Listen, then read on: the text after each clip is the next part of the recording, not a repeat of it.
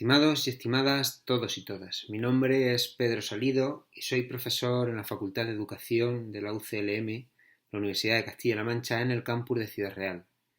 Mi actividad docente e investigadora está adscrita al Departamento de Didáctica de la Educación Física, Artística y Música. La comunicación con la que participo en este 16º Congreso Internacional Arte en la Sociedad lleva por título Prácticas artísticas en la formación del profesorado, a propósito del papel de las narrativas icónico-textuales en educación. A modo de introducción, cabe señalar que desde una perspectiva histórica se puede afirmar cómo, además de la escritura y de la comunicación oral, la narrativa con imágenes o atendiendo a un carácter icónico-textual ha jugado un papel determinante en la educación y en ocasiones en el adoctrinamiento del individuo. Por ejemplo,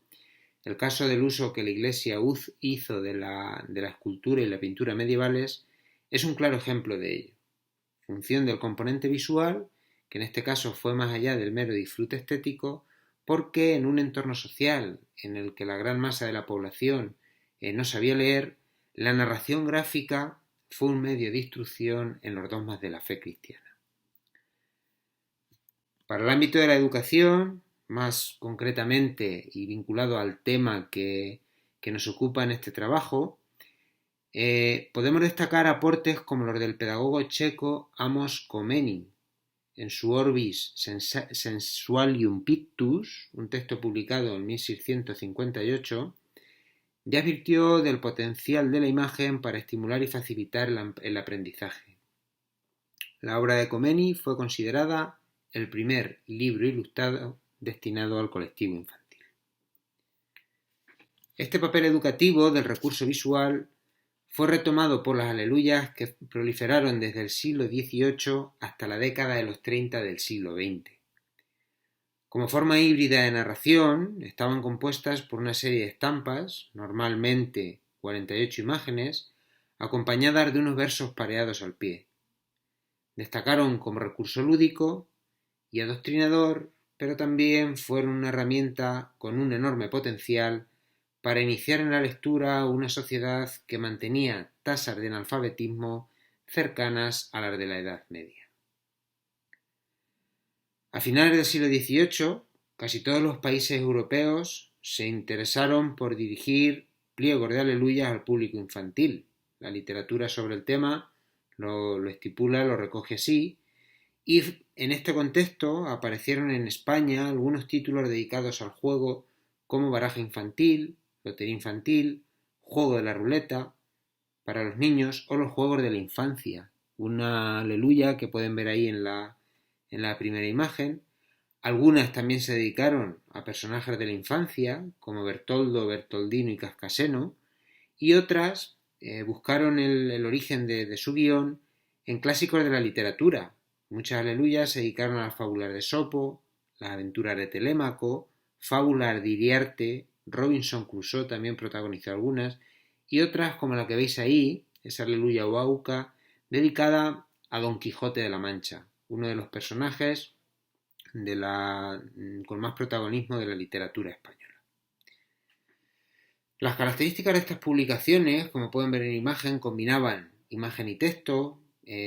presentaban una brevedad textual frente al protagonismo que adquiría la imagen, las grandes posibilidades de temáticas, estilos y públicos a los que dirigir el mensaje, etc., han permitido clasificarlas como un precedente inmediato de lo que iba a ser el lenguaje del cómic. Pero además, el desarrollo de la historieta o cómic está vinculado de manera directa con el auge en el siglo XIX de la prensa, tal y como señala Roman Guber. En este momento, marcado por el desarrollo de nuevos medios de comunicación, los principales magnates de la prensa americana utilizaron el cómic como una herramienta comercial y publicitaria, una herramienta muy atractiva que generaba bastantes recursos económicos. Vinculado a esta finalidad, aparecen series germinales de la historieta actual con personajes como The Yellow Kid, un personaje que poco a poco caló de manera bastante significativa en la sociedad norteamericana que lo vio nacer y que estas series protagonizadas por él empiezan ya a incluir características básicas de lo que va a ser la posterior gramática del cómic.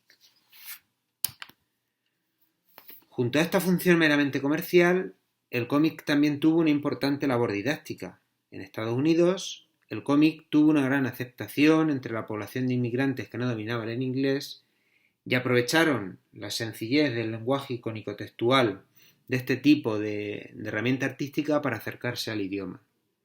Fue común encontrar viñetas dirigidas a todos los colectivos sociales sobre motivos fantásticos, motivos heroicos, de ciencia ficción y en ocasiones también de sátira política. En el caso de España, y ya vinculado al mundo infantil, que es el que nos ocupa en este trabajo, y también vinculado evidentemente al desarrollo de la prensa, podemos destacar algunas tiras cómicas como Gente Menuda, que la ven en la primera imagen y que está vinculado es una producción del diario ABC, revistas como el clásico TVO que dio el nombre al cómic en España por el nombre de la revista, ¿no? O Pulgarcito, que lo ven también ahí en la tercera imagen. No obstante, estas producciones de narrativa gráfica poco a poco iban a perder esa concepción didáctica y moralizante que habían tenido en el siglo XIX para evolucionar a otra más lúdica y recreativa. Evidentemente, en este proceso no se perdió la esencia de una imagen que adquiere preponderancia frente al texto. En los últimos años se han abierto nuevas perspectivas en torno a las posibilidades formativas de la narrativa gráfica. Claro ejemplo de ello son algunas publicaciones como la que apareció en la sección Verne Lo mejor de Verne, se llama la sección del diario El País. En 2018, Eneco Ruiz firma este artículo en el que diferentes especialistas defienden la presencia de los cómics en los colegios y recuerdan que son algo más que una iniciación a la lectura. Entre las opiniones que recoge Ruiz en este artículo, podemos destacar, por ejemplo, la de Álvaro Pons, que dice: la utilización educativa del cómic es tan amplia como inexplorada. Más allá de los clásicos usos del cómic como iniciación a la lectura, existen aplicaciones directas como material de apoyo y estudio en historia, humanidades y ciencia. Dadas estas posibilidades pedagógicas de la narrativa icónico-textual o de la narrativa del cómic, el proyecto que da cuerpo a este trabajo tiene como objetivo general acercar al colectivo de docentes en formación los procesos de creación de herramientas artísticas con fines didácticos. Los objetivos específicos que se plantean son los siguientes: analizar con el colectivo de docentes en formación las posibilidades pedagógicas y didácticas de la narrativa con imagen, acercar al aula propuestas pedagógicas y didácticas de narrativa gráfica o icónico-textual, en este caso vinculados al lenguaje del cómic, y presentar líneas de actuación para desarrollar en los futuros profesionales de la educación habilidades artísticas y literarias que permitan el diseño de narrativas gráficas apoyadas en diferentes guiones y adaptadas al grupo aula. El objetivo, en este sentido, es llevar el cómic más allá de esa iniciación a la lectura. En cuanto a los participantes y el contexto, destacar que en esta última experiencia llevada a cabo han participado 64 estudiantes del cuarto curso del grado en maestro en educación infantil, organizados en grupos de trabajo, la mayoría de 5 y algunos de 4 integrantes por cuestiones del número total de estudiantes. Todos ellos estaban matriculados en la asignatura Expresión Artística, incluida dentro del plan de estudios del mencionado grado, y la formación artística previa en torno al tratamiento de la imagen que han recibido está vinculada a la asignatura Expresión Plástica y Visual que cursan en el curso inmediatamente anterior, en tercero. En cuanto a la metodología y las fases del proyecto, destacar que el proyecto es un estudio de naturaleza cualitativa que se articuló en torno a las siguientes fases. análisis del estado de la cuestión, porque evidentemente planteamos un estudio de la literatura para conocer esa historia del uso de la imagen en contextos educativos, y evidentemente analizamos el currículo también, porque el cómic como tal, el término, es uno de los que aparece repetido en numerosas ocasiones, en este caso en el decreto de enseñanzas mínimas de la Comunidad Autónoma de Castilla-La Mancha en España. Una parte experimental, que he llamado práctica de aula, que pretendía transformar un texto en un guión previo para finalizar con el montaje de la narrativa gráfica atendiendo a la gramática del cómic. En tercer lugar, la exposición de los resultados y una reflexión compartida con el grupo de investigación, y desde ahí el desarrollo o la redacción del informe final que hoy estamos exponiendo aquí. Los instrumentos de investigación utilizados han sido la observación participante, que ha permitido interactuar con los diferentes grupos mientras se recogía información, el registro de la producción artística, porque cada grupo digitalizó su cómic y lo entregó al profesor responsable, en este caso yo, para poder después valorar la aplicación o los resultados de la propuesta, una estimulación del recuerdo, porque consideramos fundamental que en el aula, en la experiencia, pues se manifestara cuál había sido la experiencia previa de cada uno de ellos en vinculación con la lectura del cómic y también en contextos educativos, notas de campo para la recopilación de la información, y por último grupos de discusión y análisis que surgieron en el desarrollo de la propuesta y que evidentemente enriquecen el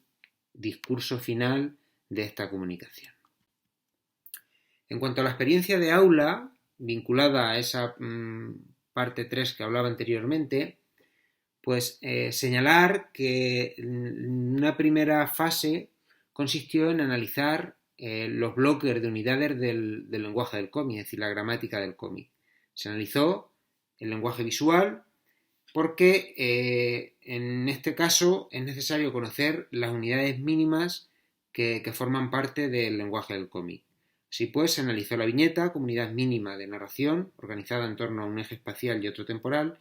y que normalmente aparece remarcada por unas líneas rectas que acotan su espacio. Este formato, evidentemente, puede variar jugando con los bordes que la delimitan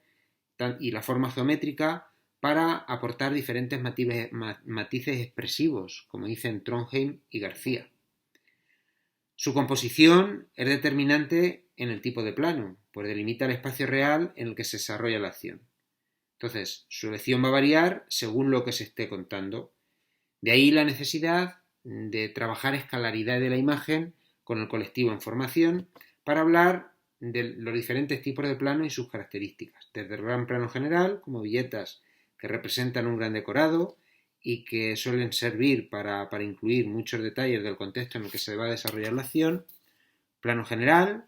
una viñeta que representa referencias al contexto pero menores que en el caso anterior. El plano americano, donde vamos cerrando ese contexto. Primer plano y plano medio, primerísimo primer plano, donde vamos cerrando, concretando las acciones, ¿no?, el detalle, para llegar finalmente al plano detalle, cuya finalidad es dar a conocer algún detalle que se ha pasado por alto en las viñetas anteriores. Junto al tipo de plano se analizó también el ángulo de visión, porque evidentemente marca o cambia la expresividad de la imagen. Y se abordó o se realizaron diferentes prácticas para crear imágenes con un ángulo de visión normal, vinculado evidentemente al tipo de plano, cuya acción transcurre a la altura de los ojos, un ángulo picado, una escena que se representa de arriba a abajo, contrapicado, de abajo a arriba, cenital, visión totalmente perpendicular a la base, y por último nadir, que ofrece una visión de la escena totalmente contrapicada. Se abordaron también las diferentes formas de montaje y transición entre viñetas que establece MacLeod y que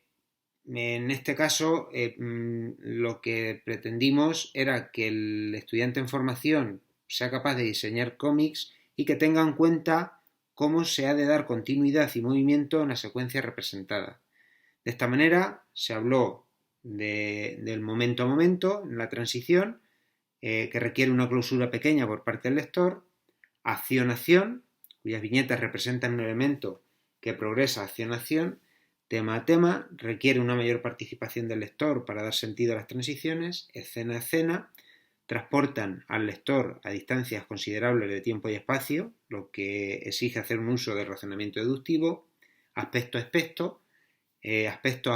elude el tiempo y recrea las viñetas en diferentes aspectos de un lugar, idea o un estado de ánimo, y por último non sequitur, la que no ofrece al lector ninguna relación lógica entre viñetas. También se tuvo en cuenta el color, porque especialistas del tema, como ya he señalado Trondheim y García en ese libro que publican en 2009 y que titulan Cómo hacer un cómic, pues hablan de las funciones que tiene el color y que evidentemente va más allá de lo meramente estético. Finalmente, se abordan también aspectos vinculados al lenguaje verbal,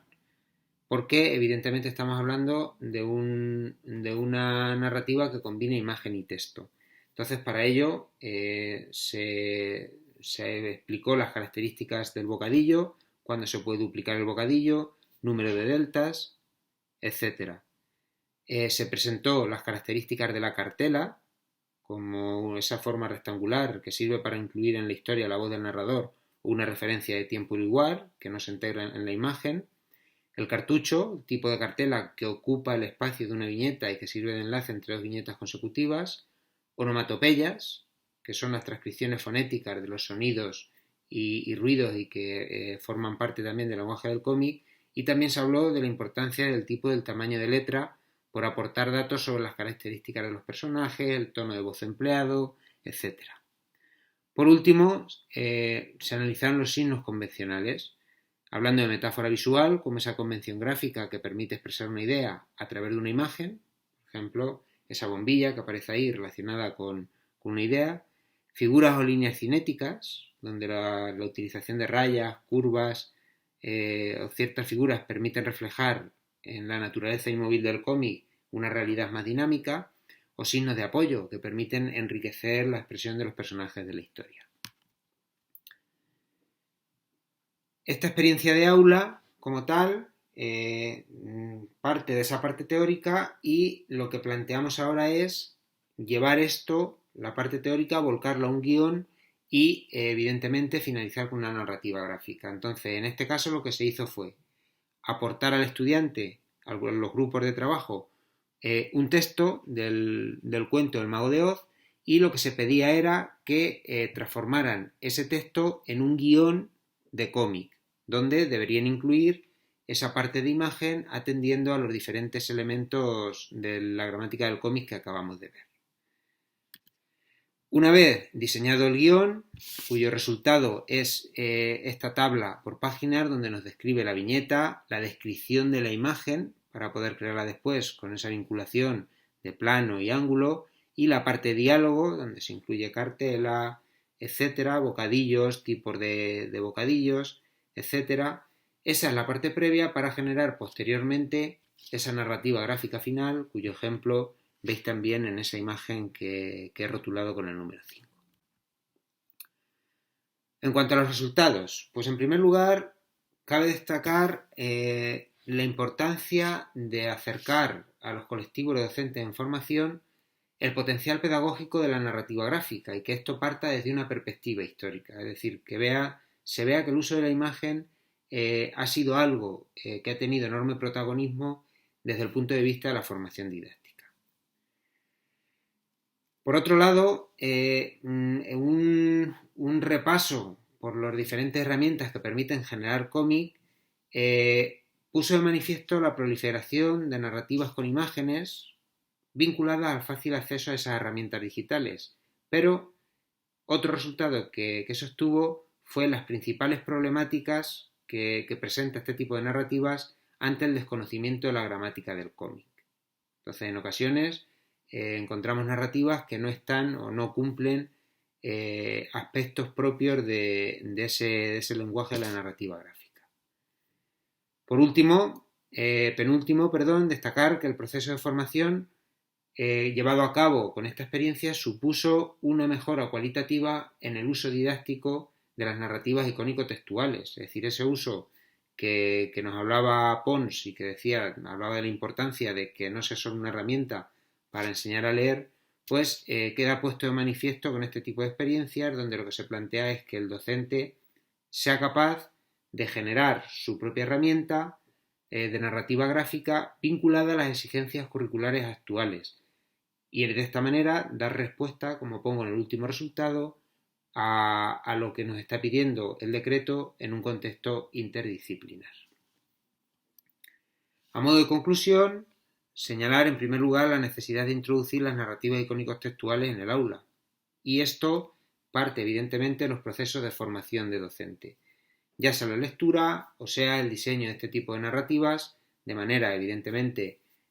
adaptadas a las circunstancias y a la formación artística del colectivo de docentes en formación, pero que debe partir de ahí para que el cómic como tal pueda llegar al aula. ¿Qué exige esto? Reforzar desde el área de educación artística la formación para narrar con imágenes, para crear imagen y para ser capaz de transformar, como se ha hecho aquí, un texto en imagen o narrativo icónico textual. Y en todo este proyecto, pues me ha jugado un papel fundamental el apoyo de las nuevas tecnologías en los procesos de creación. Es decir, a día de hoy contamos con numerosas herramientas, desde apps a programas en líneas, que nos permiten manipular la imagen, transformarla, crearla y, evidentemente, generar este tipo de narrativas gráficas sin necesidad de tener excesivos conocimientos artísticos. Por mi parte nada más, les agradezco vuestra atención, agradezco al comité científico y organizador de este congreso que me hayan permitido participar y en pantalla pueden ver mi correo electrónico pedrovictorio.salido@uclm.es por si alguna de ustedes está interesado en contactar conmigo para cualquier cuestión que pueda surgir. Muchas gracias.